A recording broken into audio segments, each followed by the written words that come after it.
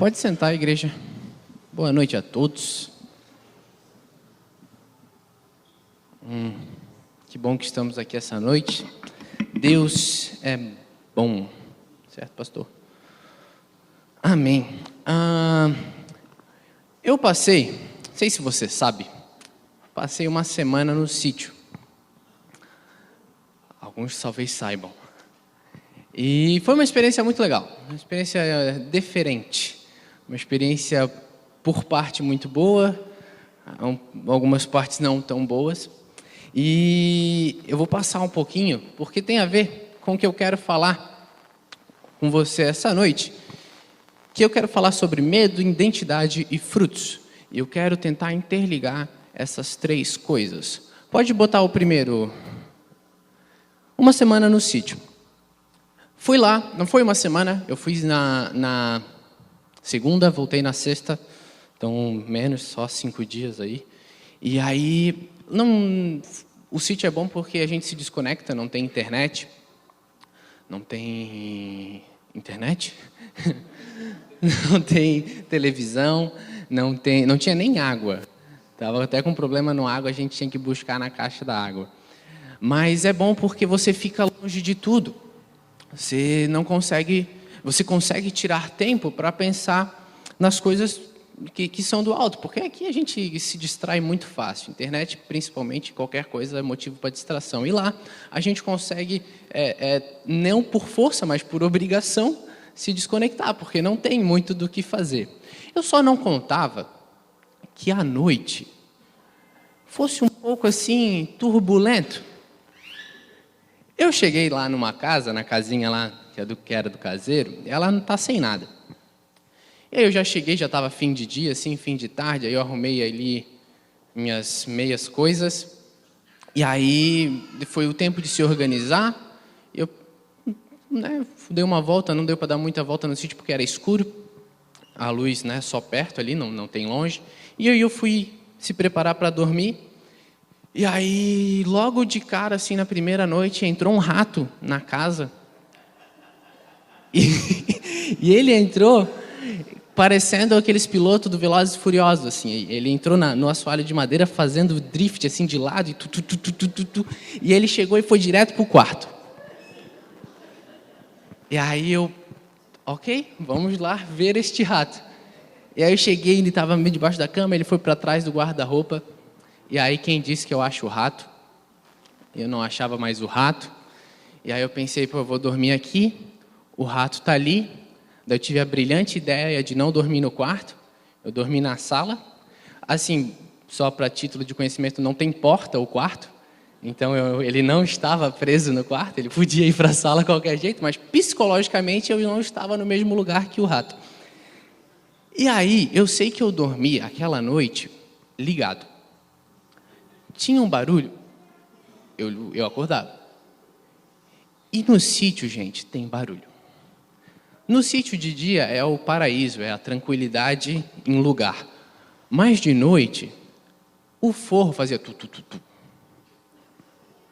E aí eu olhava assim, meu Deus, o que é o forro? E aí no lado de fora fazia tu. E aí o que está acontecendo? E aí eu tentava pegar... Sabe quando você tenta dormir, mas você está com o cérebro tão trabalhando que qualquer coisa te desperta? Foi assim.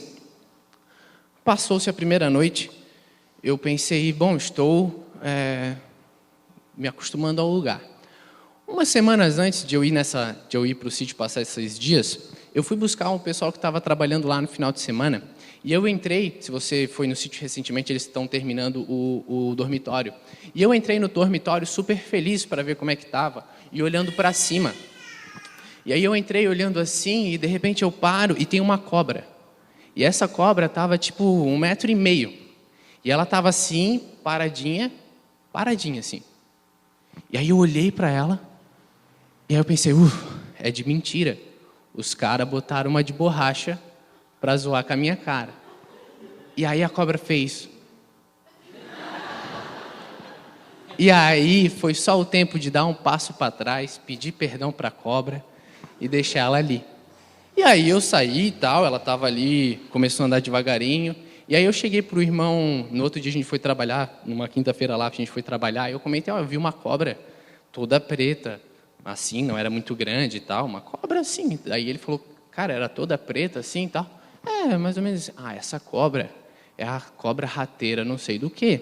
Tem que tomar cuidado, porque se essa cobra te pica, você vai ter sérios problemas.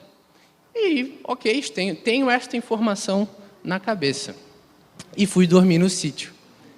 E no sítio não tem celular, no sítio não tem comunicação. O vizinho mais próximo era o Edson e a Cirlei, que ficam, alguns, não sei quanto tempo, mas de pé um pouquinho, teria que andar. E aí pensei eu comigo. Eu estava sem carro.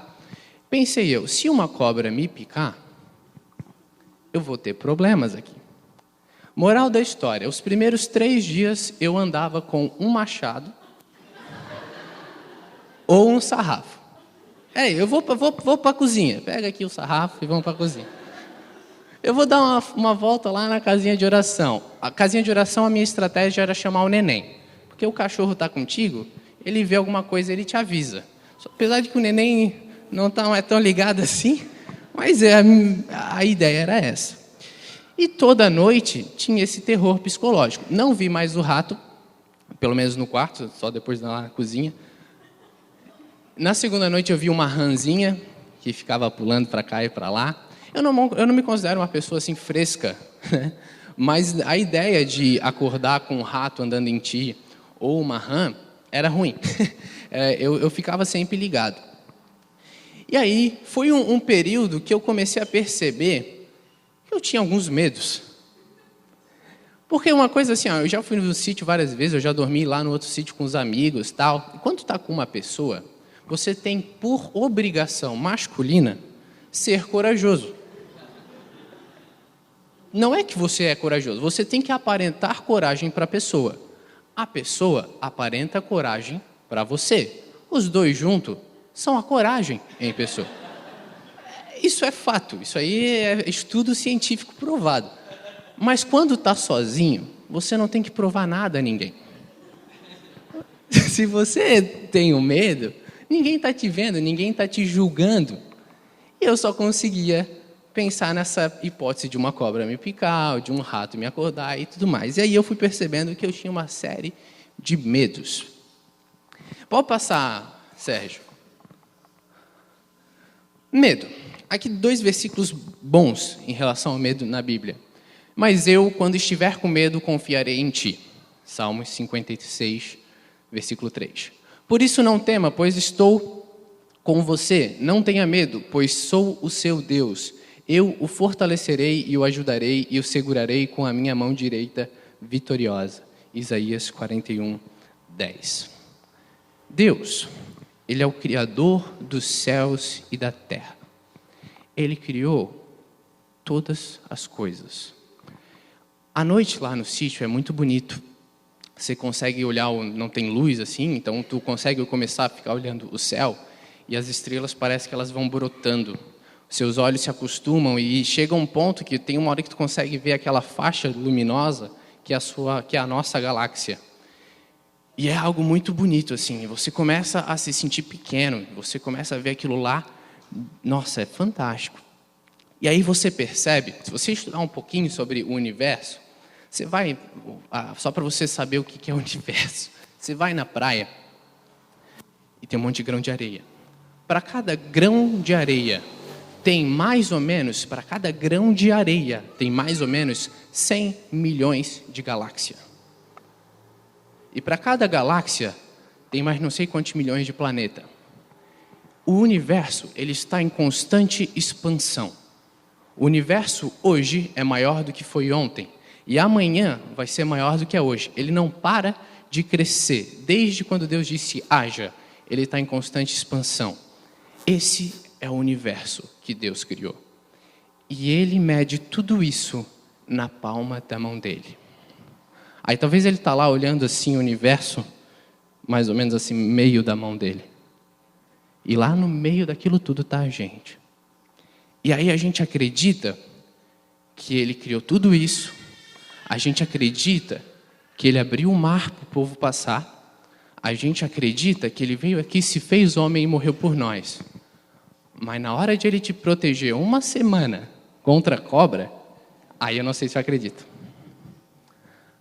Deus é bom o suficiente para mover uma montanha? Não, Deus faz o que Ele quiser. Mas Ele pode te proteger contra uma picada de cobra por uma semaninha? Aí eu já não sei, eu vou garantir com o machado. Porque se Ele não estiver prestando atenção, pelo menos a minha parte eu faço. E aí a gente se perde nessa fé que Deus é tão maravilhoso, mas às vezes por umas coisas tão bobas, a gente não crê. Por umas coisas assim, Deus, por favor, deixa eu não acordar com um rato em cima de mim. Não, eu já não sei se Ele é tão bom assim. Ele pode abrir o mar, mas ali me ajudar com o rato talvez não funcione. E aí a gente fica naquela coisa, olha como eu sou um homem de fé. Só que não. Eu creio que Deus fez, mas será que eu creio que Ele faz? E aí eu comecei a pirar assim, no meu próprio pensamento de medo. Eu vi uma ministração umas semanas atrás sobre medo, e o pastor ficou falando, né, sobre vários tipos de medo. Isso é uma realidade na nossa vida. A gente tem medo de muita coisa. A gente tem medo de se expor. A gente tem medo de pregar a palavra. Quantas vezes a gente tem medo de chegar lá por um cara e falar alguma coisa de Deus e ele te contra-argumentar e tu travar assim e não saber? A gente tem medo do inferno. A gente tem medo do capeta. O capeta está por aí. Ah, não, mas o capeta não está ao redor, ele está ao derredor. Não, mas peraí, o derredor também é perto, né? Não é tão longe assim. A gente tem medo, muitas vezes, até de Deus. O medo é algo que começa a envolver a gente e nos impede de falar, nos impede de agir, nos impede de caminhar em fé. Esse medo, às vezes, que é bobo no sentido uma cobra ali, esse medo vai muito além. Esse medo pode ser um medo que não te deixa simplesmente agir na vontade dele. Ao ponto de tu confiar que aquele Deus que mede o universo na palma da mão é o mesmo Deus que te guia no seu primeiro passo aqui. Amém? Próximo. Durante esse tempo no sítio, eu li um livro, aconselhado pelos pastores aqui, a Caçadores de Deus. O livro é maravilhoso. E ele mostra de uma maneira muito simples, se você quiser leia, né? Um conselho ótimo, leia. Ele mostra muito simples que o nosso foco normal, o nosso foco simples é Deus. O resto, meu amigo, o resto é o resto. A gente coloca qual o propósito de Deus na nossa vida, o nosso ministério, não sei o quê, e a família, e tudo é super importante, mas o que importa é Ele. Eu comecei a ver isso porque assim, eu nasci em lar cristão, então assim, minha vida toda eu sempre colocava assim o pensamento da minha vida e a igreja junto. De alguma maneira a igreja tinha que estar atrelada a isso. E eu esqueci de começar a pensar única e exclusivamente em Deus. Em caçar, caçar por causa do título, única e exclusivamente a presença dele. Até que ponto eu anseio por essa presença? Até que ponto eu anseio em ter essa comunhão com Cristo? O livro foca muito na manifestação da glória de Deus. E a manifestação da glória de Deus, gente, é algo tremendo. É algo que excede nossa ideia. A gente não... Carne nenhuma sobrevive diante da glória de Deus. E eu, como um garoto ali empolgado no meio do sítio, lendo o livro, eu pensei, vamos fazer algo. De dia, eu peguei 2 mesas e coloquei lá dentro das árvores, lá para dentro. Pensei eu, quando escurecer, eu vou até essas mesas, ficam nela, porque é uma mesa, então ela vai estar longe da grama, do chão, ela é teoricamente segura. E lá eu vou orar. Eu em cima da mesa, no meio do mato, e o céu estrelado. Fiz isso. Chegou a noite, escureceu, as mesas estavam assim uns 30 metros para dentro. Eu Eu cheguei assim, olhei para onde estariam as mesas e eu não enxergava nada. Cadê a mesa? Eu não enxergava, eu não tinha lanterna também, né? Uma pessoa inteligente. Vai pro sítio e não leva uma lanterna. 1,5 m assim, ó, eu não enxergava. Era tudo escuro. Eu só olhava para trás e eu enxergava a luz da casa. Então, para voltar, eu voltava. Para ir para frente, eu não enxergava nada. E aí eu comecei naquela, não, vou voltar. Vou ir. E eu comecei nessa do, não, peraí, tu é um homem ou um rato? Eu comecei aquela de tentar criar coragem, porque eu não queria ser vencido naquele momento e voltar para casa e, não consegui orar à noite, nem no meio do mato, só ali no meio de umas árvores.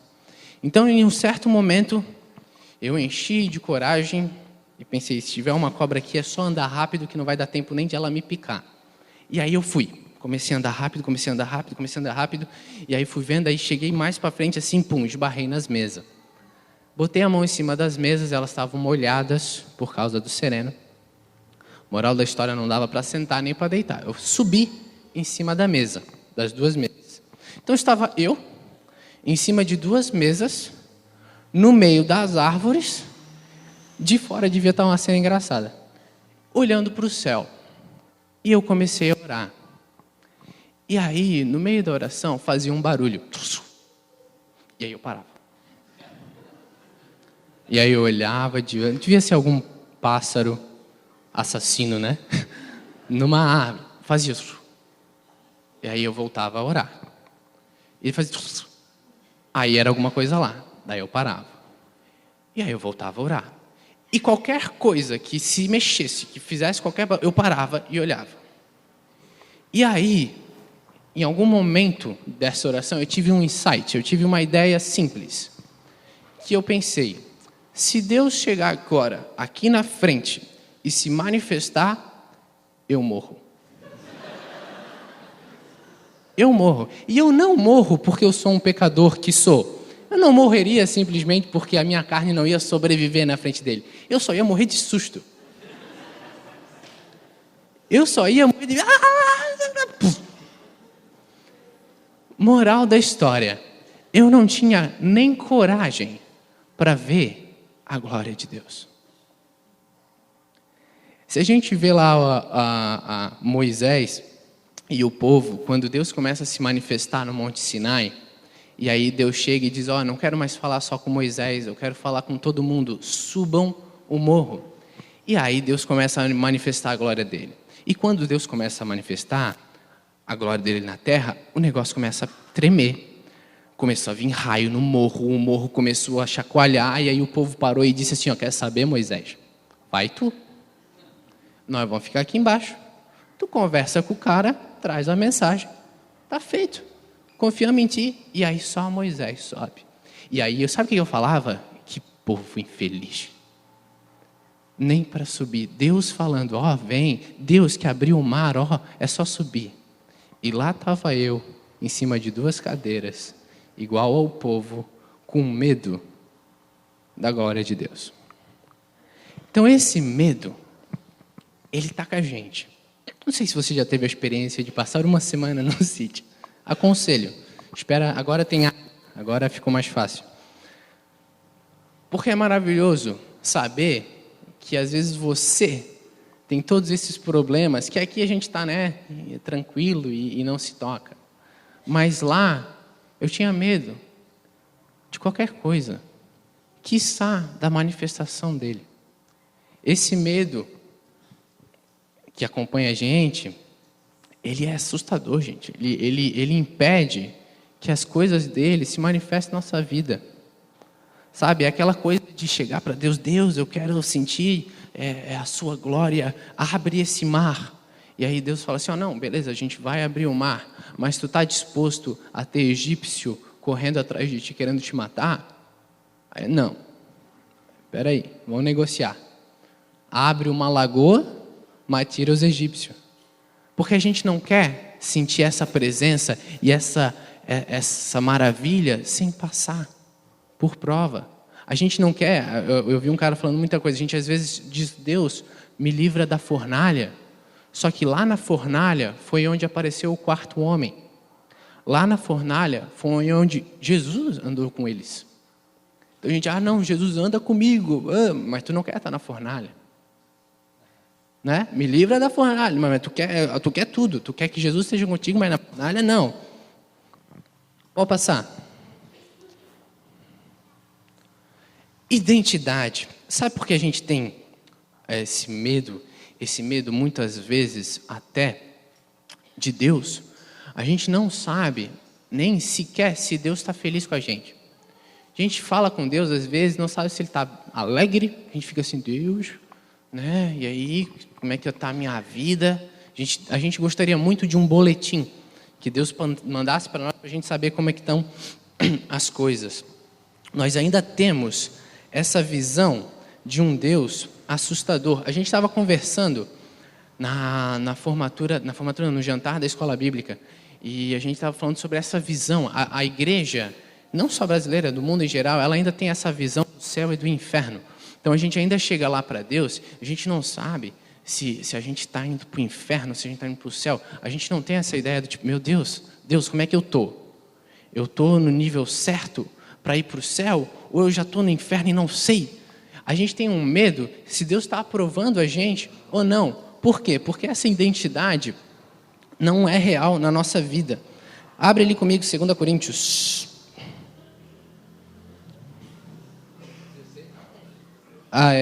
Faltou o capítulo 5, gente. 2 Coríntios 5,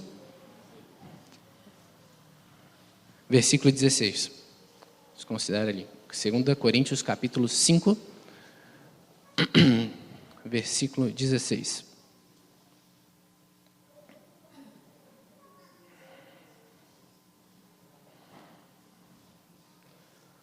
Amém?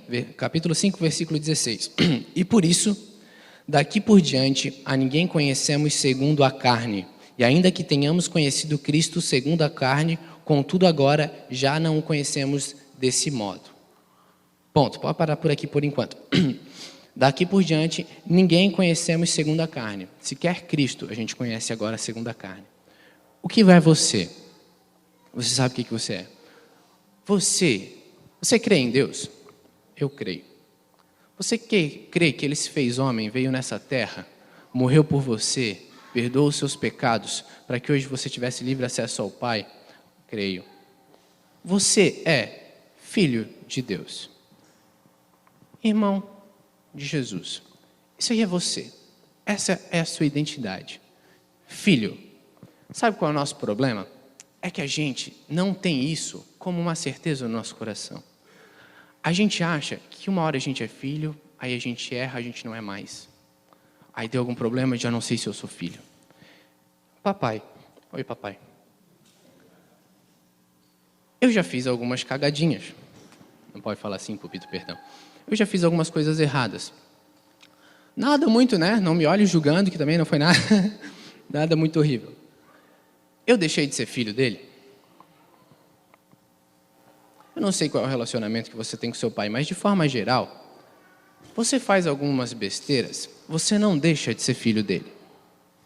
Sabe qual é o nosso problema? A gente acha que Deus está lá, ainda aquela imagem de Zeus, né? A barba branca com alguma coisa na mão, e que aí você faz algo errado e você não é mais filho.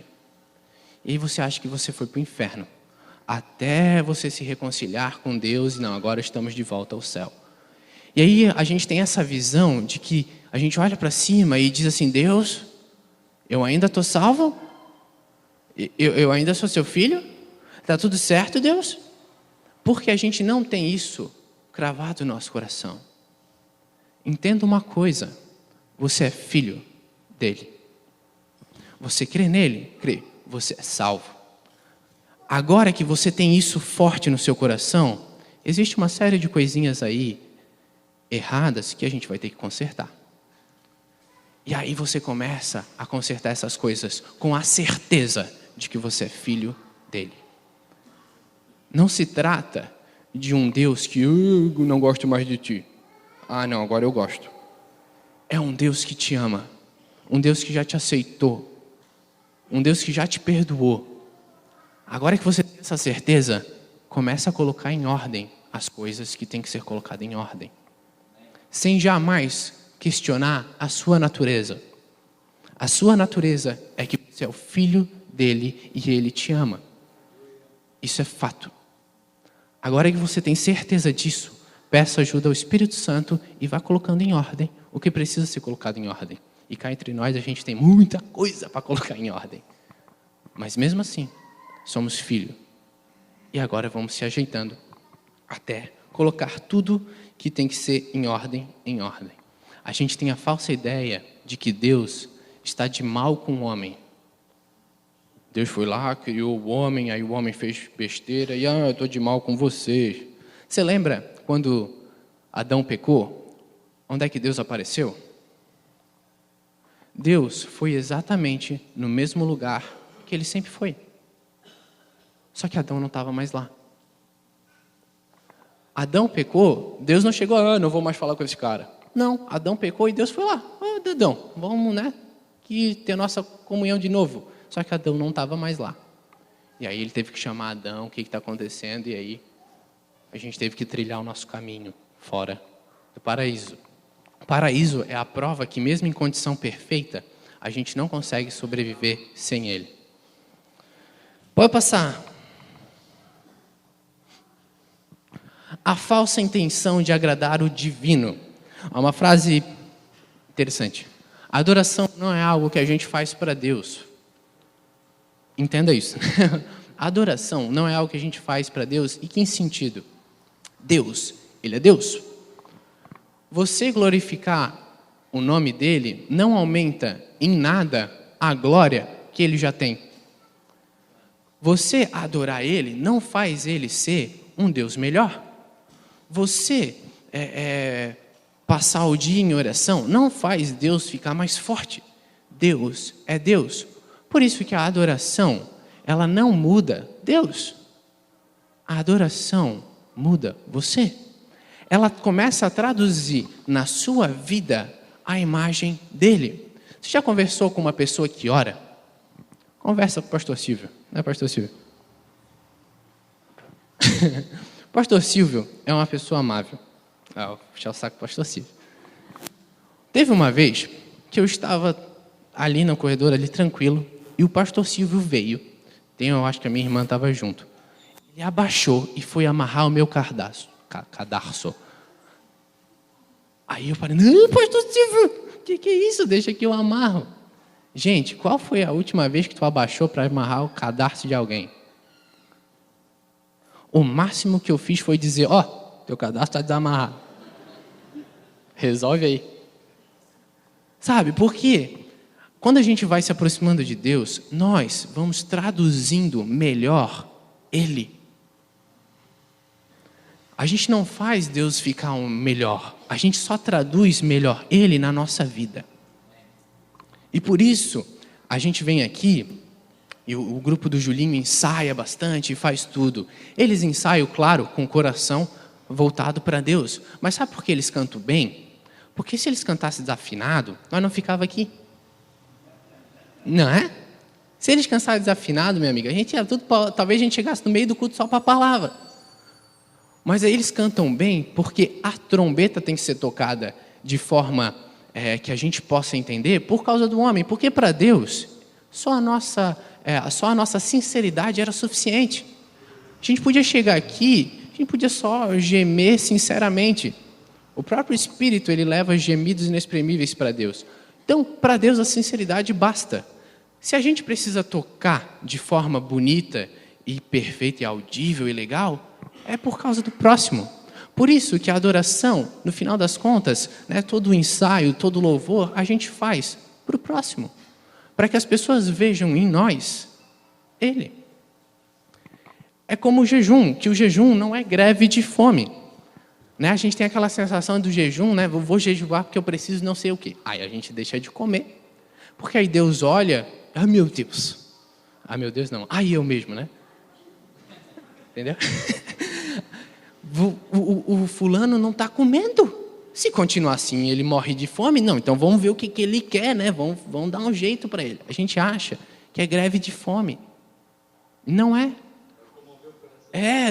Tadinho dele, não come há um dia, vamos fazer alguma coisa. Não, o jejum, ele é dieta. Em que sentido? No sentido que você deixa de alimentar uma coisa para começar a alimentar outra. Você deixa de alimentar a sua carne para começar a alimentar o seu espírito, para que no final do jejum você seja uma pessoa que esteja crescendo em graça, crescendo em sabedoria, crescendo no que tiver que crescer. Por isso o jejum é isso, deixa de alimentar algo para alimentar outro. Por isso que não basta não comer. A gente tem que fazer mais coisas, temos que orar, temos que tirar um tempo para isso. Então a gente tem essa falsa ideia religiosa de ficar tocando o divino, de manipular, de tentar, de alguma maneira, tocar Jesus, tadinho, vamos fazer alguma coisa por eles. Muito parecido com o pessoal que arranca a cabeça de uma galinha para que qualquer espírito, não sei do que, faça algo. Então, perca essa ideia, não sei se você tem, mas perca, de que Deus é manipulável. Próximo. Amigos de Deus. João 15, 14. Abra comigo ali, Evangelho de João, capítulo 15. Versos 14. Vós sois meus amigos, se fizerdes o que eu vos mando. Quem está falando? Jesus. Vós sois meus amigos, se fizerdes o que vos mando. Então, o que Jesus está falando aqui? Amigos obedecem porque amam. E isso é uma realidade. Você tem um amigo, você chega, sei lá, um exemplo simples. Fulano, amigo, né? Passa Coca-Cola. Ele vai lá e vai passar para ti a Coca-Cola. Ele te obedece. Ele é teu amigo, né? Se ele exigir alguma coisa para te passar a Coca-Cola, ele não é teu amigo. Porque amigo é assim, tu pede ele para fazer uma coisa, ele faz. Porque depois ele pede para tu fazer uma coisa, tu faz. Isso é amizade. Então Jesus chega para nós e ele fala assim, se vocês fizerem o que eu mando, vocês são meu amigo. Porque amigo obedece porque ama. Agora, olha só que interessante. Jesus chega para nós e diz assim, então é o seguinte, vocês não são mais servos, vocês são amigos. Leia na outra perspectiva. Agora que você é amigo de Deus, só pensa, tá? Deus falando assim, Jesus falando assim, agora eu sou o seu amigo, você não pede, você manda. Aí a primeira sensação que a gente tem é assim, não, peraí, opa, parou? A gente já faz o sinal da cruz, não, calma aí. Não é assim, como assim eu mando? Porque a gente tem um falso pudor de que a gente, em hipótese alguma, a gente não mandaria em Jesus em amizade. Porque Deus é aquele cara que está lá longe. E aí a gente não tem esse acesso do tipo, Deus, faz isso aí. Porque Ele está muito superior. E Jesus chega para ti e fala, não, cara, tem que entender que a gente é amigo. E aí você lembra do filho pródigo? O filho pródigo é a parábola que quase todos conhecem, provavelmente você deve conhecer. Ele vai, pede lá a herança do pai, vaza, roda o mundo, se dá mal, começa a comer com os porcos, cai a ficha, volta para o pai corre e abraça ele, eles vão para casa, fazem uma festa, matam um boizinho, e aí tem o outro filho, que a gente não tem nome, né? Qual é o nome do outro filho? A gente devia dar um nome para o outro filho. O outro filho chega, fica pé da vida, chama lá o pai e diz assim, pai, o cara vai lá, fez tudo isso errado, aí ele volta, tu corre, abraça ele, faz uma festa. Tu nunca matou, né, um bezerrinho ali para a gente fazer uma festa com meus amigos? Nunca. E aí o pai chega para ele assim, filho, você não entendeu? Você é meu filho. O que eu tenho é teu. Tá vendo isso aqui? Tá vendo lá os bezerrinhos? Tu quer fazer uma festa? Mata o bezerrinho, faz uma festa e me convida, porque é teu. Mas não, a gente ainda é o cara que está lá fazendo o serviço de servo e dizendo assim, pô Deus, tu vai matar um bezerrinho aí? A gente ainda não entendeu que a gente tem esse acesso a Ele. Esse acesso que a gente já não é mais servo. Isaías 59, 12. 1 e 2. Isaías 59, versículo 1 e versículo 2. Isaías 59, versículo 1 e 2. Eis que a mão do Senhor não está encolhida, para que não possa salvar, nem surdo o seu ouvido, para que não possa ouvir. Mas as vossas iniquidades fazem separação entre vós e o vosso Deus, e os vossos pecados esconderam o seu rosto de vós, de modo que não vos ouça. Então, a mão de Deus está estendida para salvar. Ela está ali. Ele está ouvindo, é só falar. Só que nossas iniquidades impedem que Ele nos ouça. E aí você tem que entender que Deus não deixa de te ouvir porque Ele está de mal contigo ou por qualquer coisa. Ele só deixa de te ouvir para o teu próprio bem. Porque o que tu está pedindo? Volta para o filho pródigo. Agora o filho que foi. Ele fez um monte de besteira. Com que dinheiro? Com o dinheiro que o pai deu. Que era a herança que ele exigiu e tudo mais. Então pensa, olha só. Ele foi lá, se deu muito mal com a bênção que ele exigiu. Muitas vezes, Deus não escuta a gente porque a gente quer essa bênção que nos traz desgraça. É a coisa do vocês não recebem porque pede mal.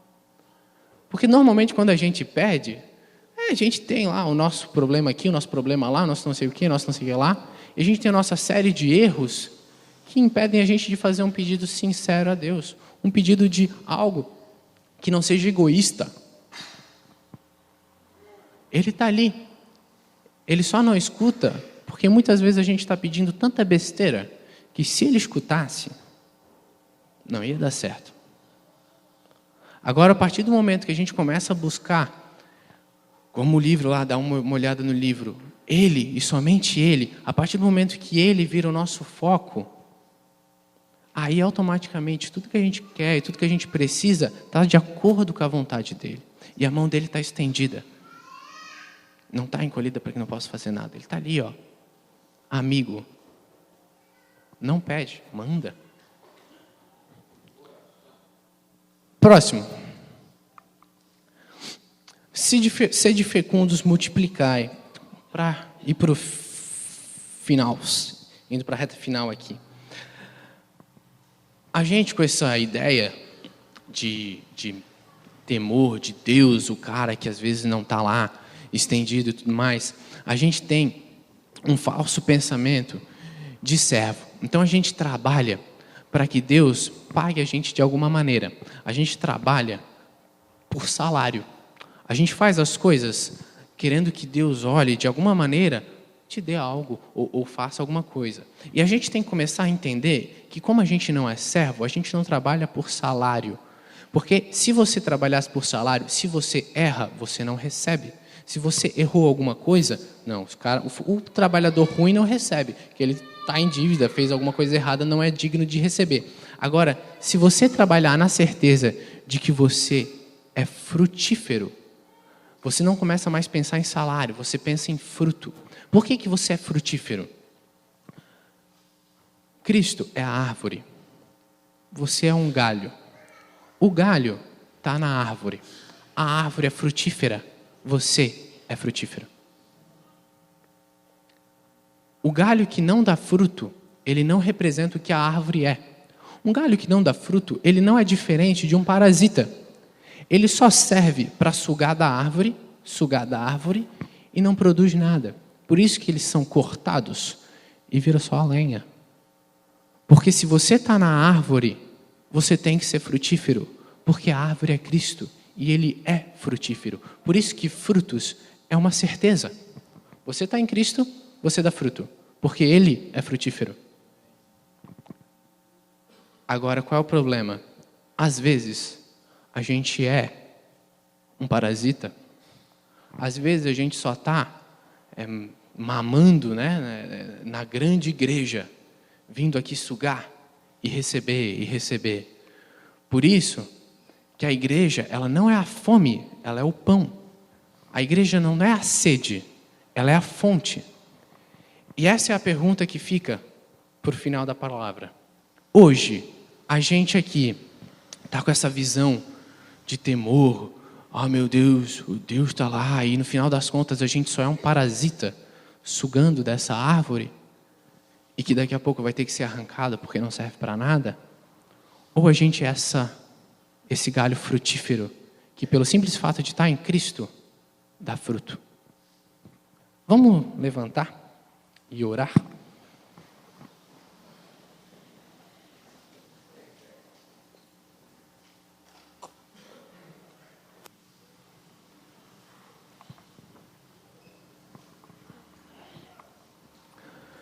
Senhor Deus e Pai, obrigado porque Tu és bom. Obrigado porque Tua misericórdia se renova a cada manhã e porque Tua graça tem nos alcançado. Papai, vem com a Tua glória, Deus. Manifesta-se em nós, manifesta-se nesse lugar. Que realmente, Deus, nossa carne, Senhor, não subsista a Sua presença. Que realmente, Papai, possamos entender, Deus, que Tu és bom e que Tu estás com os braços estendidos, Senhor. Que somos filho e nada muda isso. Que realmente, Papai, possamos entender, Senhor, essa graça, Papai, tão louca para nossos pensamentos humanos, Senhor. Que realmente possamos estar nessa árvore que és Tu, Jesus, frutificando, Deus. Que não sejamos parasitas, Papai, que só venhamos aqui sugar, sugar e sugar. Que realmente, Papai, possamos estar levando da Sua palavra, Papai.